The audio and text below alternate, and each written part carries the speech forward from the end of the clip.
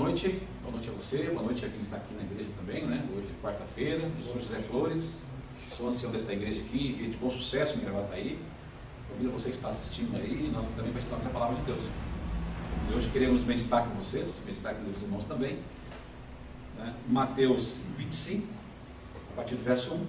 Enquanto você pega aí, se puder, cubra sua fronte e vamos orar.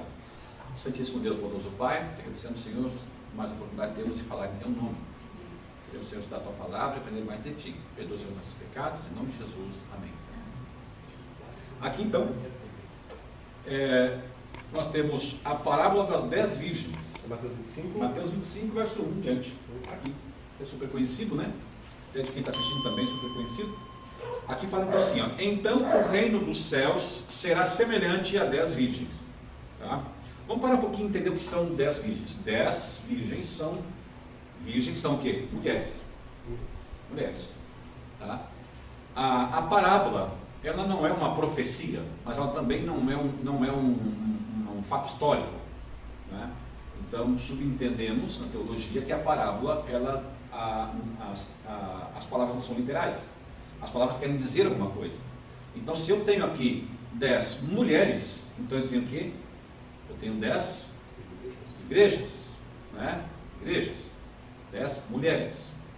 Aqui fala que são 10 igrejas virgens. Ora, como o contexto profético da Bíblia sempre traz a igreja singular de Deus representada como uma virgem, então eu não posso ter 10 igrejas certas, porque a igreja de Deus é uma só.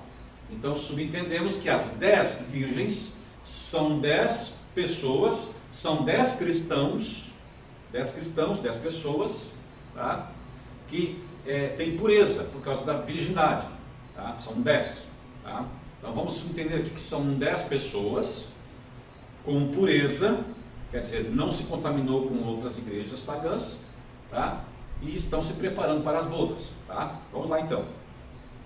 10 virgens que tomando suas lâmpadas, que são as lâmpadas? Lâmpada para os meus pés e a tua palavra e luz para o meu caminho. Lembra?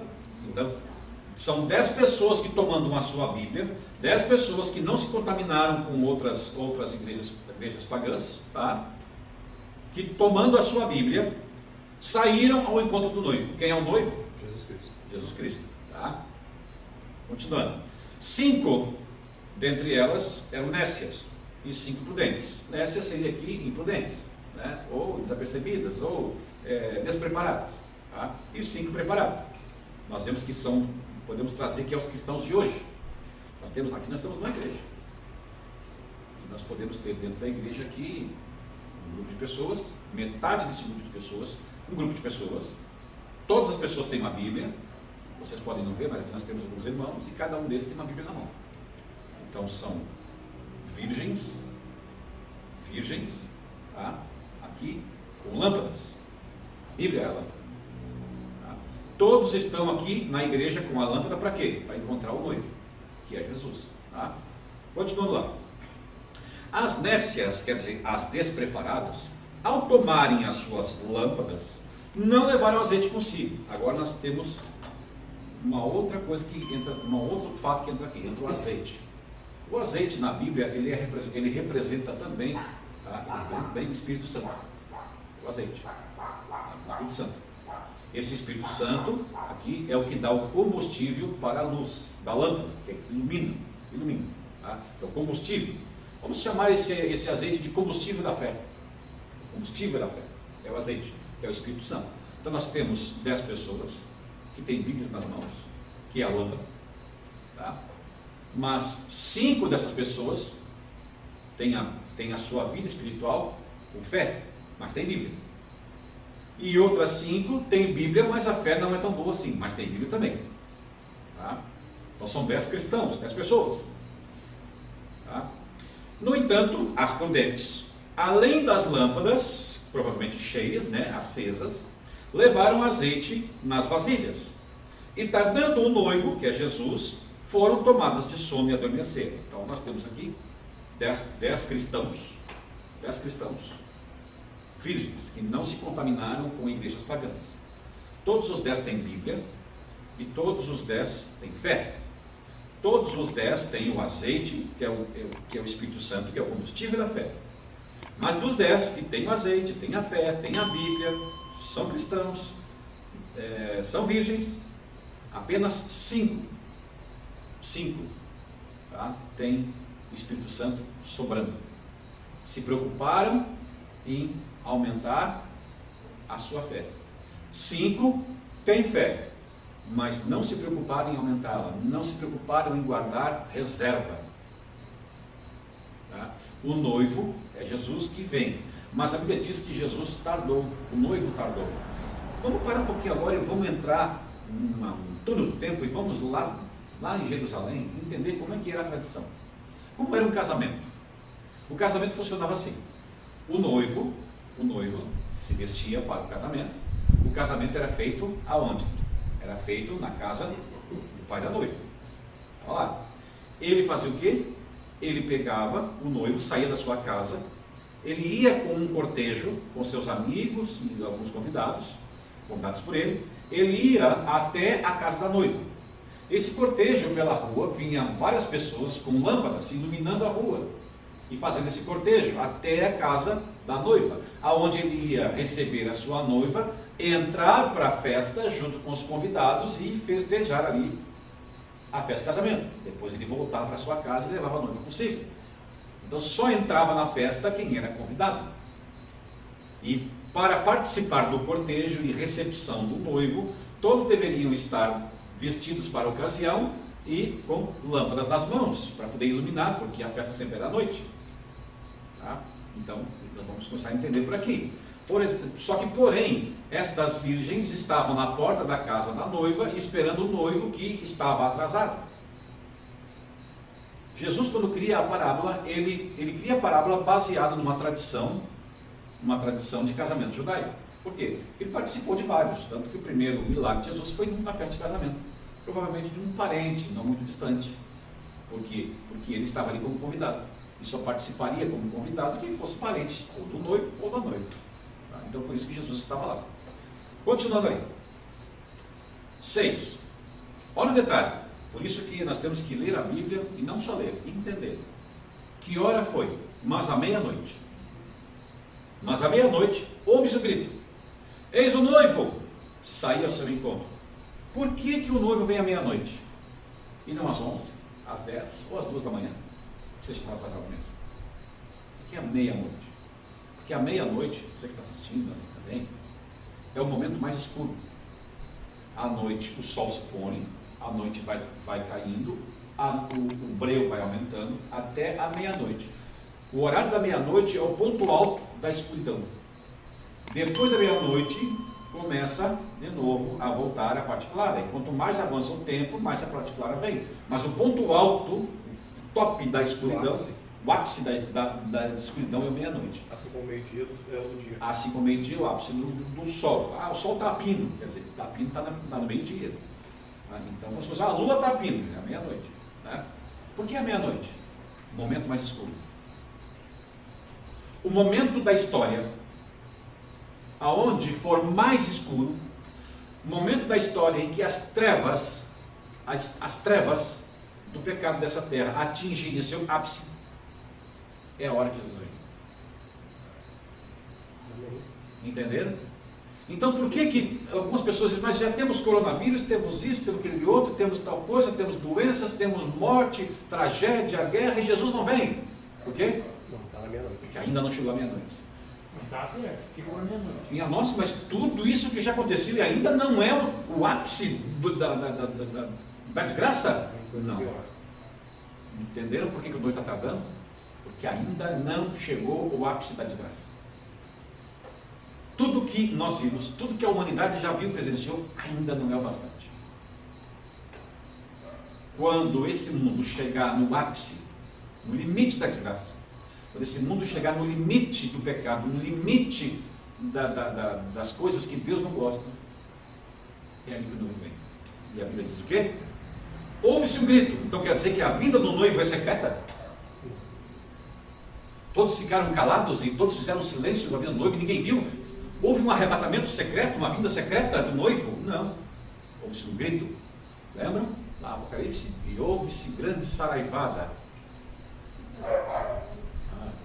Jesus, ele não tardando em voltar para que mais tragédias acontecem. Sim, não está não. Ele está tardando em voltar para que pessoas mais Sim. reconheçam que precisam dele. Talvez, E se acordem.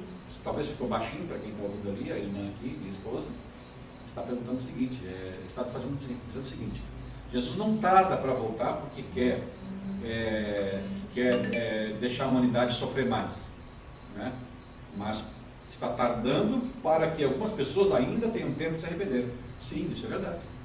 Seria tipo assim, se Jesus tivesse voltado ano passado antes da pandemia, será que eu estaria entre os salvos porque eu estava não com a fé baixa, a fé Sim. nunca baixou, mas não estava aquela pessoa praticante. Será que o Brian, que precisou da pandemia, como tu falou, estaria aqui? São essas perguntas que eu faço. Será que se Jesus tivesse voltado antes, menos pessoas se salvariam? É isso aí. Isso faz parte do tratamento. Nós temos um amigo aqui, o Brian, que está estudando conosco aqui, amigo da igreja, em breve vai ser, ele já é um adventista, mas vai ser um adventista nominado aí, né? Aí eu digo o seguinte: se Jesus tivesse voltado 2 anos atrás, ele estaria conosco aqui? Né?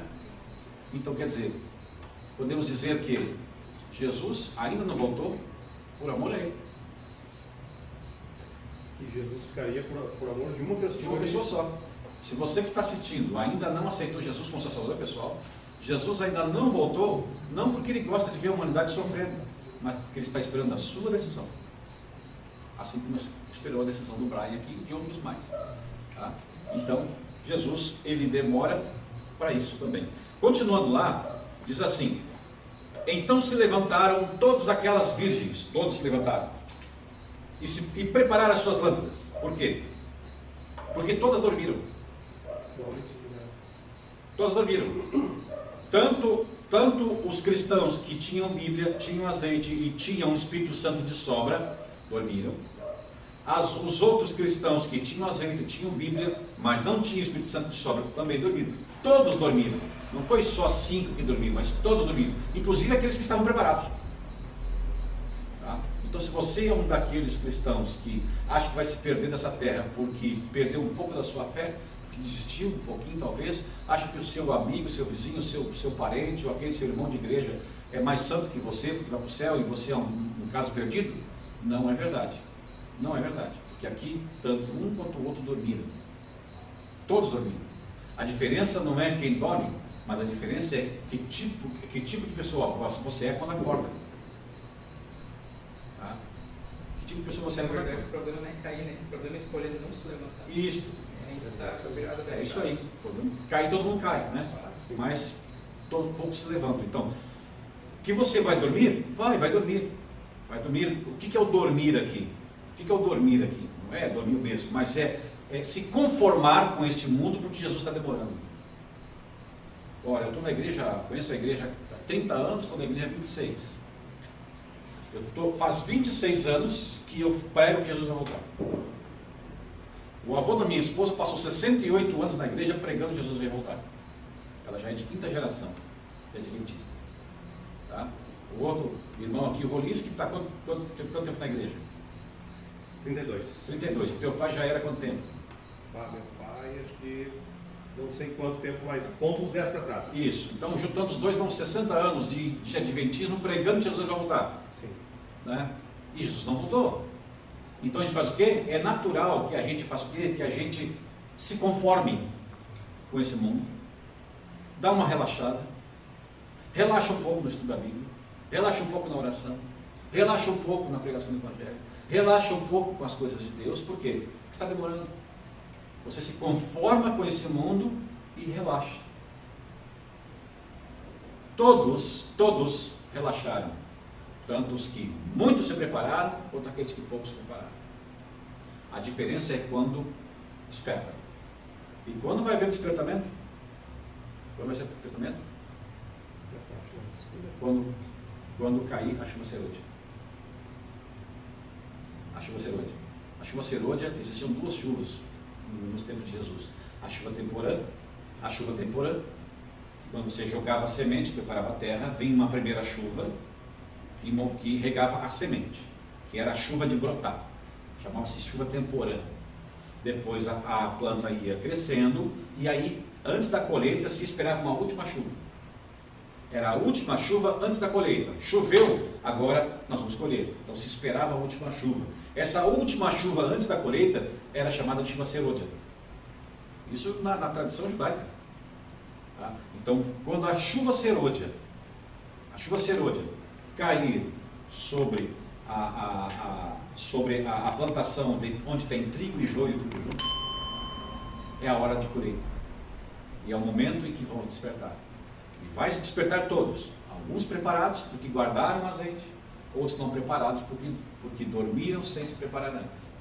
Então o importante é, se você vai se conformar com esse mundo, que é natural, que todos podem acontecer, pelo menos estude o máximo possível, aprenda o máximo possível, ore o máximo possível, guarde bastante azeite nas suas vasilhas, separado. Porque quando cair a chuva serôdia, quando Jesus estiver às portas, quando estiver perto, fecha a porta da graça. Quando o decreto dominical sair nos Estados Unidos, quando vir para cá, para o nosso país, através de leis do Congresso Nacional, sobre decreto dominical, leis contra o sábado, leis marciais contra o sábado, contra cristãos, guardadores do sábado, aí você vai ver o quanto era importante aquele azeitezinho que estava guardado atrás. Por quê? Porque você vai ser levado aos tribunais, vão te colocar nos tribunais e vão dizer para você, agora defenda a sua fé sem uma Bíblia. Isso você só vai ter aquilo que estava guardado na cabeça. Mas como você vai defender a sua fé se você não lê, não estuda, não pratica, não ensina ninguém, não aprende nada, não memoriza nada? Você vai ser colocado num tribunal e vai defender a sua fé como? Se você não faz nada. Por isso nós temos que nos preparar hoje, que vai chegar o dia em que as Bíblias não vão ter. Eu fiquei 5 anos numa igreja aqui perto, na construção da igreja. E uma coisa que eu fiz naquela igreja foi cavar um buraco no meio da nave da igreja, onde está a igreja. Um buraco de mais ou menos meio metro de profundidade, por aí, um pouco mais de 60, 70 centímetros de profundidade. Aonde quem abrir, pegar uma picareta ali, se você entrar naquela igreja, uma picareta, e contar 5 passos da porta para dentro, 5 passos da esquerda para a direita, e 4 passos da direita para a esquerda. Marcar um X e cavar um buraco com uma picareta. E cavar mais ou menos 60 centímetros. Você vai encontrar uma laje, onde dentro dessa laje vai ter uma Bíblia e um livro de profecia embalado, a vácuo, colocados lá embaixo daquela igreja. Muitos hoje frequentam aquela igreja e não têm noção do que eles estão pensando em cima. Por que eu fiz isso? Um tesouro no futuro. 2 motivos. Primeiro, nós vamos descansar. Se Jesus demorar para voltar, eu vou morrer. Outros vão morrer. Mas essa história vai passar de geração em geração. E as crianças que ainda nem nasceram vão ouvir falar. E quando a igreja, num futuro, se Jesus não voltar, pensar em se rebelar contra os princípios bíblicos, contra a Bíblia, contra o Espírito de Profecia e contra os princípios da igreja, alguém vai levantar e dizer para eles numa comissão, para um pouquinho, vocês estão indo contra os princípios que estão enterrados dentro do piso dessa igreja. Então eu coloquei lá a 60 centímetros de profundidade uma Bíblia e um livro de profecia para servir de base dos princípios daquela igreja, para que nenhuma geração que passe depois de mim, seja lá quanto tempo for, até 1000 anos, lembre-se que naquela igreja a base dos princípios aonde seus pés devem estar é a Bíblia e o Espírito de profecia. E quando Jesus voltar, nos tempos em que as Bíblias serão queimadas e tiradas das nossas mãos, e alguém precisar de uma Bíblia e lembrar que naquela igreja tem uma Bíblia enterrada a 60 centímetros de profundidade, vai lá e cava. Vai lá e cava. Agora um monte de gente vai saber. Tá? É para que todos saibam mesmo. Né? Não é segredo. Não é segredo. Tá? Da tumba do faraó. Está lá. E bom que todas as igrejas fizessem isso. Cavassem em suas igrejas e colocassem uma Bíblia enterrada, para que as futuras gerações nunca esqueçam quem é que manda ali. Tem um nome, esqueci agora. Tem. Tá? Vamos continuar aqui. Estamos no 8. E as nécias, então, disseram às prudentes, dá-nos o vosso azeite para que as nossas lâmpadas, porque as nossas lâmpadas estão se apagando. Mas as prudentes responderam, não, para que não nos falte a nós e a vós outras, e a vocês. Ide antes e comprai os que vendem. Ora, imaginem só, já saiu o decreto dominical, já há uma perseguição, a Porta da Graça não se fechou ainda, já saiu o decreto dominical, já há uma perseguição, não há mais como pregar, não existem mais Bíblias, não existem mais nada, as igrejas estão fechadas, os pastores foram presos, os anciãos e os cristãos, a maioria foram mortos e presos, tá? E agora você resolve que quer a lâmpada, que quer o azeite. Agora você quer o azeite? Hoje é 23 de dezembro de 2020 e você ainda tem tempo de juntar as suas vasilhas de azeite, mas vai esperar quando? Quando o noivo aparecer? Quando alguém gritar, olha o noivo? Não adianta mais. Não adianta mais. Não adianta pegar um picareta e ir lá naquela igreja e cavar a Bíblia. Não vai haver azeite. Não vai haver os que vendem, porque aqueles que vendem são os pastores, os presbíteros, os bispos, os evangelistas, os missionários, os homens de Deus. Não vão existir mais porque foram mortos, presos. Não há quem vende. Por isso que a Bíblia diz, se hoje ouvides a minha voz, não endureçais o vosso coração. Não há mais o que fazer. Continuando ali. E saindo elas para comprar, chegou o noivo. E as que estavam percebidas entraram com ele para as bodas. Bodas é a festa. Fechou-se a porta. Mais tarde, chegaram as virgens nécias, clamando, Senhor, Senhor, abre-nos a porta. Mas ele respondeu, em verdade vos digo que não vos conheço. E diz mais ali, vigiai, pois, porque não sabeis o dia, nem a hora. Lembram? Nem eu sei, nem o filho, ninguém sabe, mas somente o Pai. Somente o Pai. É claro, Jesus ele sabia, Jesus nunca deixou de saber quando é que ele iria voltar. Jesus, o tempo todo que ele estava nessa terra, ele nunca deixou de ser Deus. Nunca deixou de ser Deus. Nós não podemos cometer o erro de ficar dicotomizando a Jesus. Jesus não pode ser dicotomizado. Não pode. Alguns cristãos têm a mania de ficar dicotomizando Jesus. Quer dizer o seguinte, partindo de Jesus ao meio. Existe um Jesus histórico e existe um Jesus divino. O Jesus histórico era um que tinha suas dores, que tinha suas necessidades, mas o Jesus divino não tinha. Quando era na cruz sangrando era o Jesus histórico, quando era nos pães lá era o Jesus divino. Não existe. Não existe essa dicotomia de Cristo. Não existe, a doutrina de dicotomizar a Jesus não existe. Jesus nunca deixou de ser 100% homem, 100% divino. Ele sempre foi 100% homem e 100% divino. O mistério que diz, que tenta explicar que um ser espiritual maior que o universo conseguiu se fechar numa coisinha tão pequena ao ponto de ficar do tamanho de um átomo e entrar no ventre de uma mulher e sair dali e se criar um homem de 1,80 m, aonde hoje o poder divino, além do universo, a qual não se pode calcular, está confinado dentro de um corpo de 1,80 m para o resto da eternidade. Se você é físico e está assistindo isso, explique onde se coloca. Você consegue colocar um mar dentro de um copo d'água? É como você colocar um mar dentro de um copo d'água. Pegue todos os 7 mares do mundo e coloque dentro de um copo d'água. Se você conseguir fazer isso, você consegue explicar como Deus foi parar dentro de corpo humano. Isso chama-se na Bíblia de mistério da piedade. Esse mesmo mistério da piedade, ele também é um mistério que mostra sobre como Jesus veio parar dentro da Virgem Maria. Esse é o mistério da piedade, não tem que explicar. Na faculdade também disseram para nós, não tem que explicar isso na igreja. A teoria do Logos, da unicidade de ser,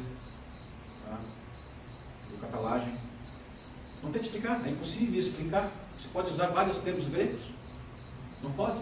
Monomenes theos, o homem movido por Deus, você pode fazer isso tudo. Você não consegue explicar o mistério da piedade. Então disseram para nós, os professores diziam para nós, não expliquem, não tentem explicar isso na igreja, porque você não vai conseguir. Vai trazer mais dúvidas para a igreja. Então não fale sobre esses assuntos. São assuntos estudados apenas em sala de aula. Eu poderia fazer uma lista de 10 assuntos aqui que trariam mais dúvidas do que respostas para a igreja. Eu traria apenas, vocês iriam girar a cabeça em torno do pescoço, nós iríamos todos embora e todos iriam para casa com mais dúvidas do que perguntas. Tá? Continuando aqui. Diz então o texto: vigiai, pois, porque não sabeis o dia nem a hora. Nós não sabemos o dia nem a hora. E você, pentecostal, batista ou calvinista, que anda por aí dizendo que adventistas ficam marcando data para Jesus voltar, você não sabe nada. Como diz o Leandro Carlos, você está mais por fora que arco de barril. Quem marcou data para Jesus voltar não foram os adventistas, foi o movimento milerita.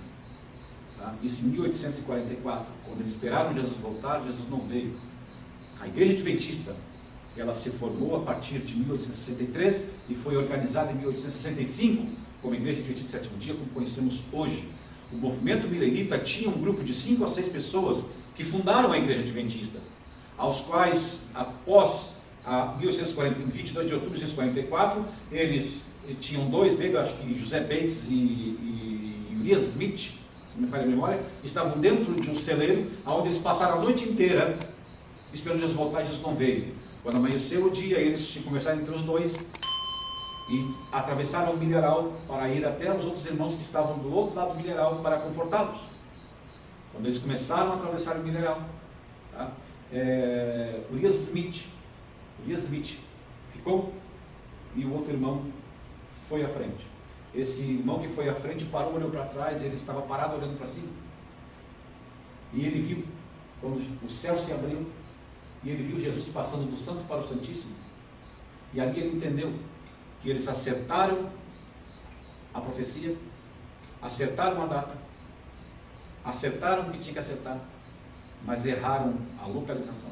Erraram o evento. A localização, o evento era a passagem de Jesus do santo para o santíssimo, do santuário celestial. E eles entendiam que era a purificação do santuário terrestre, que era a terra.